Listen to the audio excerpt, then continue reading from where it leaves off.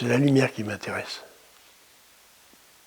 Parce que c'est ça. Et la lumière, elle tourne autour, elle s'insinue. C'est ça qui me passionne.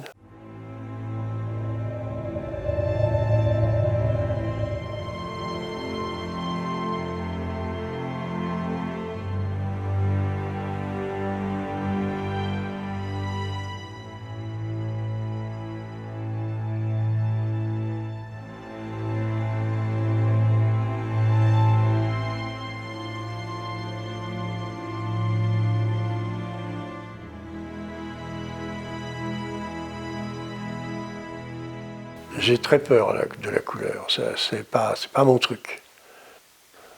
D'ailleurs, j'ai travaillé plus le noir ou des monochromes. Comme je marque dans mon livre, je suis un peintre qui dessine.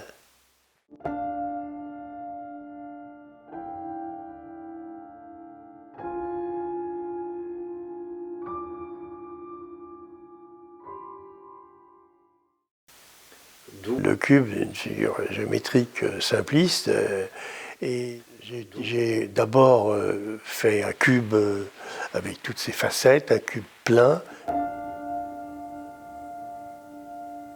Et puis le cube s'est ouvert avec des panneaux mobiles, de manière à enrichir le spectacle. Et ensuite, les volets qui fermaient ce cube sont partis. Il est resté la structure des cubes. La structure des cubes est encore recadrée un peu plus précisément dans les tableaux qui sont derrière vous, puisqu'il ne reste plus qu'un angle de cube, c'est-à-dire 3 vecteurs. Ils partent dans 3 sens différents. Mais je garde l'aspect perspectif réel.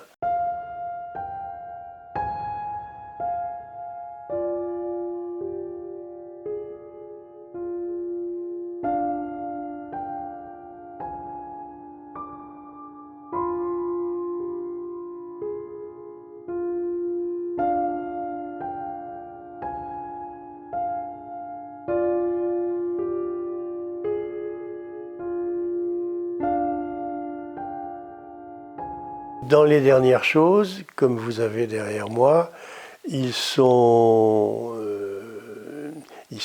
drainés par des canaux parallèles.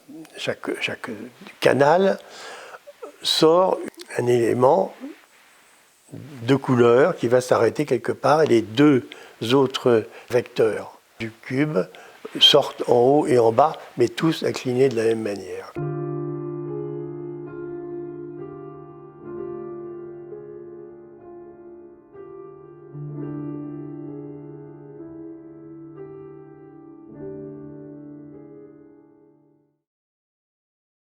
Le cube était déjà dans mes préoccupations préalablement, c'est-à-dire que j'ai exploré le cube et le cylindre, les polyèdres, etc. Mais d'une manière différente de ce que vous voyez là, c'est-à-dire que la couleur est exclue, c'est du travail sur papier, avec soit des crayons gras, soit des crayons de couleur, mélangés d'ailleurs, parce qu'il y a des teintes qu'on peut obtenir en mélangeant 3 teintes, 3 couleurs. Hein. Mais l'essentiel de cette recherche, c'est que ces formes jouent des tours avec la lumière, dans ce sens que chaque volume reçoit de la lumière, mais qui est de la même couleur que le fond, c'est-à-dire blanc. L'autre partie est dans l'ombre, donc il a sur son volume des zones d'ombre, mais des ombres portées. Ce qui fait que moi, je dessine, je construis ma forme géométrique d'une manière tout à fait raisonnable et réelle, avec la perspective, etc. Et après, je les oublie, je remplis comme je veux, et le reste disparaît. C'est-à-dire qu'il y a une confusion entre le blanc du fond et le blanc qui est sur l'objet, la chose, et pareil pour le noir. Voilà. Ça donne une image différente, Mes objectifs, c'est de proposer au regardeur quelque chose qui ne va pas lui sauter aux yeux tout de suite, qui va l'interroger. Et c'est cette interrogation que je recherche. En fait, il rêve. Le tableau, moi, quand je me mets dans un fauteuil, je regarde un tableau, je le regarde dans tous les sens, et c'est pour obtenir un rêve, une interrogation et un rêve. La période de 90-98, où déjà je suis sur des figures géométriques, mais je fais des cadrages, comme des cadrages photos. Et je les traite complètement différemment en monochrome. J'utilise un fond acrylique rehaussé, soit avec du fusain, soit avec du pastel. Pastel dans la même teinte, bien évidemment. Voilà, j'ai toutes les gammes de teintes de pastel. Il y a une lumière assez étonnante. Alain Jouffroy, qui est un écrivain, un romancier et un critique d'art très connu, a écrit une préface, et c'est lui qui a titré La vision vue. Moi, je fais des images, hein, je fais des images, toujours dans le rêve. C'est-à-dire...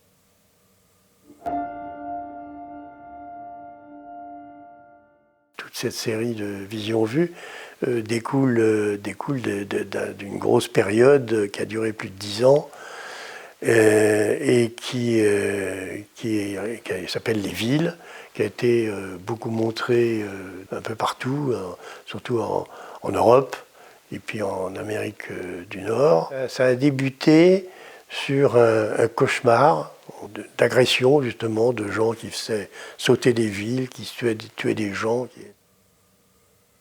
Le principe des villes que j'avais adopté, c'est que je leur donnais un rendu photographique.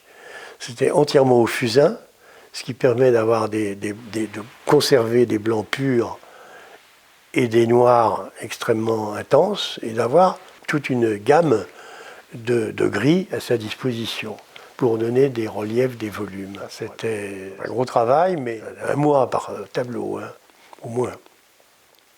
C'était passionnant de voir naître l'image. J'ai fait des villes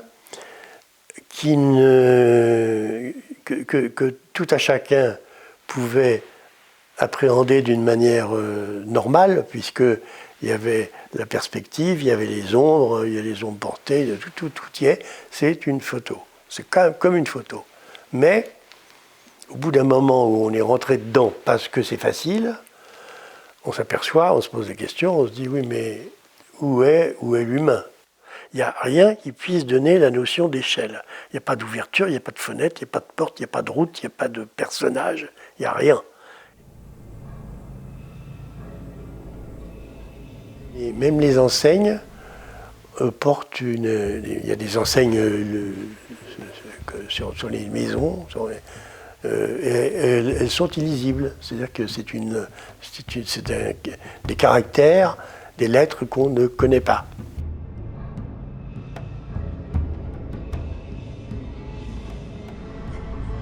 Le tout toujours pour rester dans le mystère de qu'est-ce qui se passe, pourquoi ces villes aussi bien réalistes, on n'arrive pas à les identifier alors qu'elles vous sont familières. Et là, on commence à rentrer dans le mystère dont je parlais plus haut.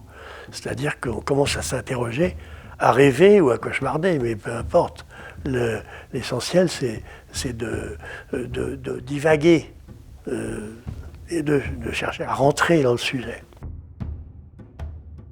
Je pense qu'un tableau doit agresser le spectateur. Il se pose des questions, il aime ou il n'aime pas, mais c'est un but. On peut le faire rêver comme on peut le faire fuir. Mais tant pis, je trouve ça amusant et intéressant de montrer des images que personne ne soupçonne.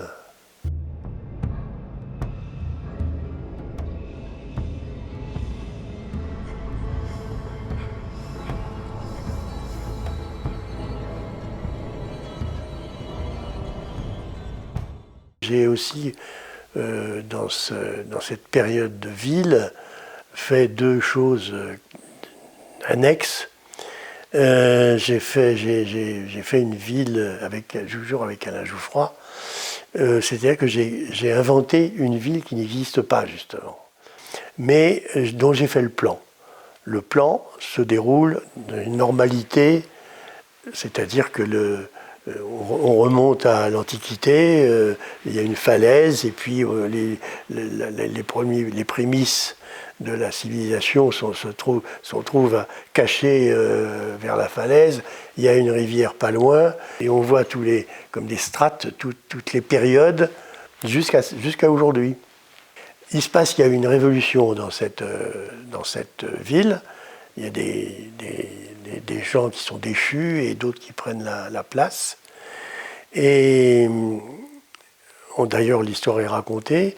Et alors, ce qui est aussi amusant, une astuce qu'on a fait avec Alain Jouffroy, c'est qu'on a donné des noms, parce qu'il y a tout.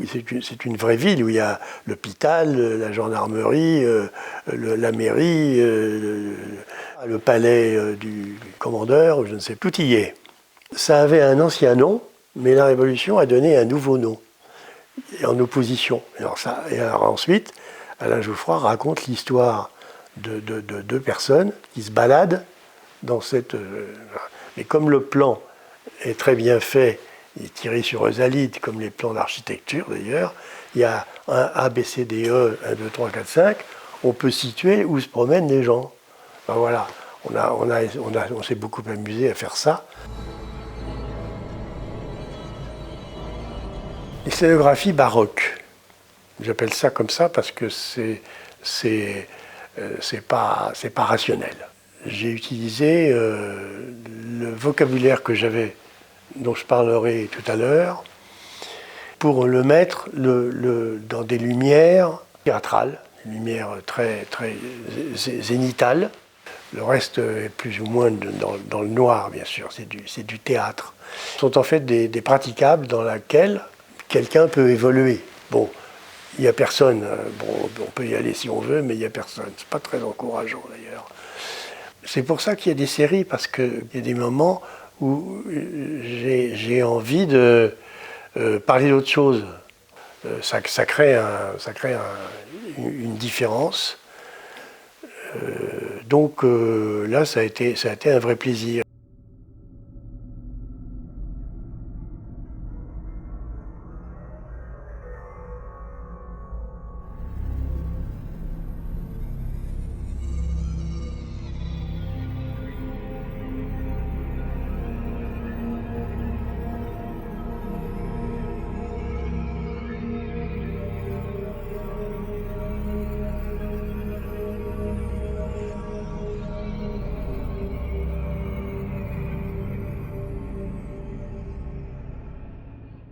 Dans le vocabulaire en question, là, des scénographies, j'utilise le vocabulaire que j'avais auparavant, c'est-à-dire la figuration. Je faisais de la peinture. Pourquoi je me suis remis à la peinture? C'est parce que j'ai rencontré, hélas pas lui, mais j'ai rencontré les œuvres de Francis Bacon, et je ne m'occupais pas de la figuration, de montrer quelque chose. J'ai donc décidé de montrer l'homme. Je dis c'est Francis Bacon qui me permet, parce que je suis étonné de voir qu'on ose encore montrer des corps humains, même dans tous leurs états, alors que tout le monde fait de l'abstrait. C'est là. Puis j'avais sans doute aussi une lassitude de faire ce geste. Les abstraits français, je ne veux pas dire de bêtises, donc je ne tiens pas à commenter tout ça. Je ne tiens pas à commenter. J'appelle ça la période 68arde. J'ai montré des hommes et des femmes, enfin des gens, qui ne sont souvent pas vraiment des humains, dans des situations où ils sont estropiés, ils sont même ça s'est terminé là-dessus, c'est-à-dire que l'image est toujours caché un peu. Il y a des rideaux, et puis il y a des fils barbelés, et oui, grillage ou des choses comme ça. Et les morceaux de jonc ne sont pas vraiment identifiables. C'est un peu difficile. Une population souvent bâillonnée parce que manque de liberté, tout ce qu'on dénonçait à l'époque.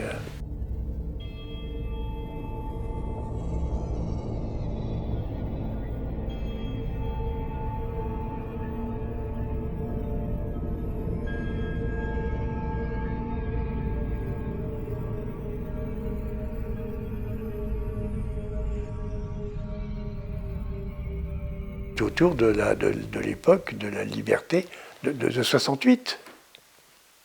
Même si je m'y suis pris un peu avant. Mais d'ailleurs, si on connaît un peu Francis Bacon, il fait des choses assez agressives. J'ai continué sur des choses difficiles à regarder, à avaler. Et j'ai pris le parti d'un vocabulaire très coloré. Il y avait aussi une part d'humour, de provocation. C'est évident. Il y a d'ailleurs mon préfacier de Hervé Gauville, dans la monographie qui est sortie l'année dernière, dit Jean Critan aborde le corps humain en mettant les morceaux dans des valises. C'est un peu ça, quoi.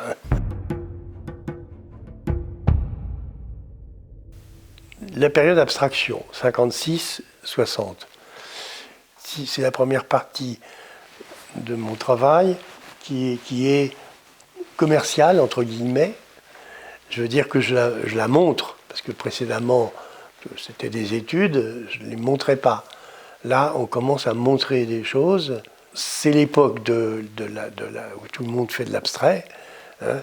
Je rappelle la phrase de Malraux qui disait maintenant, la peinture ne peut plus être qu'abstraite. Effectivement, on se passionnait à aller visiter toutes ces galeries qui faisaient Fleurette à Saint-Germain-des-Prés, d'ailleurs. J'ai commencé par des taches, parce qu'il y avait des tachistes. Ensuite, par des griffures, des choses qui sont faites avec la vitesse et puis avec des clous pour rayer des tartines de couleurs. Aussi des collages de papier différents. J'ai utilisé des collages avec du journal, des papiers de verre, des papiers de tous ordres. C'était passionnant, arraché. Il y avait aussi l'écriture automatique qui fonctionnait. J'ai fait beaucoup de dessins à l'époque. La langue de Chine, voilà, qui sont des gestes, voilà, c'est gestuel. Mais tout ça, j'ai dû faire 200 ou 250 tableaux. J'avais absolument pas l'occasion de la montrer parce qu'on était dans une situation inverse à l'époque. Aujourd'hui, on ouvre la porte aux jeunes. Mon époque, c'était plutôt repasser dans 10 ans, on verra ce que vous avez fait, quoi. Donc je me suis passionné pour cette époque, j'ai fait beaucoup de tableaux, c'est formidable.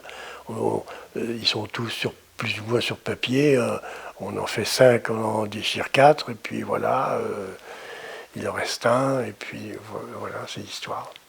Et je vais avoir peut-être l'occasion de les montrer en début d'année prochaine à Paris, dans une galerie qui ne montre que des artistes qui ont fait de l'art abstrait avant 1960. Alors, je fais partie des vrais artistes.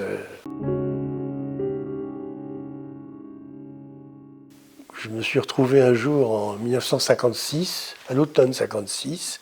Je me suis retrouvé donc à l'atelier Charpentier. La personne qui était à côté de moi, c'était Bernard Réquichot. Et on ne s'est pas quitté, j'y reviendrai. Qu'est-ce qu'on faisait à l'école chez Charpentier, on avait des modèles, des plâtres, c'est-à-dire des statues ou des portraits en plâtre qu'il fallait faire au fusain sur un format raisin 50-65 Voilà, c'est classique, hein, mais bon, on y passait pratiquement la semaine à approfondir tout ça. C'était voilà. Puis l'après-midi, c'était des modèles vivants, du croquis, des choses comme ça. Et ça, 5 jours par semaine. Avec le dernier jour, une, une réflexion générale avec l'ensemble des élèves qui s'y trouvaient. Je dois dire qu'on y restait 2 ans parce qu'à la fin de la première année, on a essayé de passer le concours des arts décoratifs. C'était pas notre truc. Je dis on parce qu'on était très liés avec Bernard Réquichot, lui et moi. Et puis d'autres, on était une petite équipe. Donc on s'est présenté, ça n'a pas marché. Faire des affiches, non, c'est pas le truc. La deuxième année, on a réussi, entre guillemets, à rentrer au métier d'art, l'école des métiers d'art. Bon, l'école des métiers d'art, c'était pour nous très primaire. Parce que j'ajoute qu'en plus de tout ce qu'on faisait à l'atelier Charpentier, on continuait de le faire avec une bande de 5-6 copains, ou je ne complète que 2 à 3. On allait au zoo, au jardin des plantes, dessiner les bestiaux, et puis des croquis dans les cafés. Enfin bon, on n'arrêtait pas, quoi. Cette école des métiers d'art ne nous a pas du tout convenu, à Réquichot et à moi, parce qu'on avait d'autres copains qui étaient passés, mais bon, ils y sont restés. Donc, on a décidé, au printemps, de passer de rentrer aux Beaux-Arts, à l'école des Beaux-Arts, à Paris. Et on a été reçus premier ex aequo, tous les deux. C'est bizarre, c'est comme ça. Les Beaux-Arts, c'était quand même une planque pour nous, entre guillemets. On bénéficiait du statut d'étudiant, c'est-à-dire qu'on avait le resto U, la sécurité sociale, etc. Donc, pour nous, on avait nos petites chambres à Saint-Germain, et on travaillait, et puis on faisait des réunions pour se montrer nos travaux et en parler. C'était passionnant. En plus de Bernard Réquichot, dans ce petit groupe d'amis, il y avait entre autres Dominique Daché, qui est devenue ma femme. J'ai écrit un livre justement sur cette période-là, qui s'appelle Lettres aux autres, et où je parle de Bernard Réquichot et de Dominique Daché. Dominique Daché est décédé subitement en octobre 91, pendant le vernissage de son exposition à la galerie Dorfman-Roux à Paris.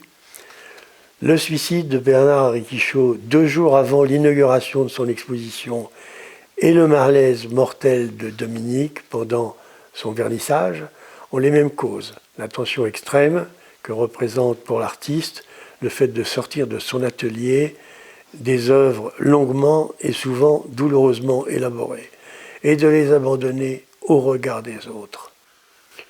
L'art peut tuer.